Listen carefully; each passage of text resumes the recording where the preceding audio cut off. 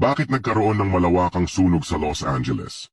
Bago pa man maganap ang sunog na ito, ay naganap muna ang isang Golden Globe Award noong January 6 sa Los Angeles din, at ito ang mga sinabi ng host doon. Cast and crew are leading the way with 11 mentions. Moms are holding strong with 3 shoutouts.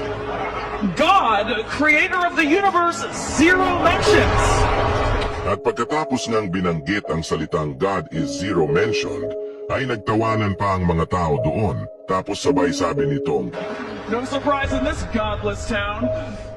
at pagkatapos nga lang ng ilang mga araw, ay naganap na ang malawakang sunog sa bayan ng Los Angeles, na kung saan ay patuloy itong lumalaki at lumalawak ang apoy kahit na pilit pa nila itong inaapula, kung saan ay aabot na sa 200,000 na pamilya na ang naapektuhan.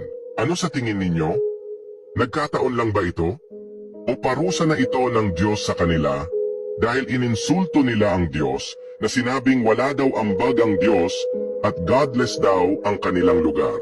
God, creator of the universe, 0 mentions.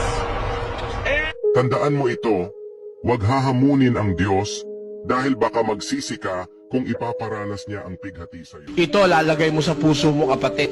Never na babanggitin mo ang pangalan ng Diyos sa walang kabuluhan.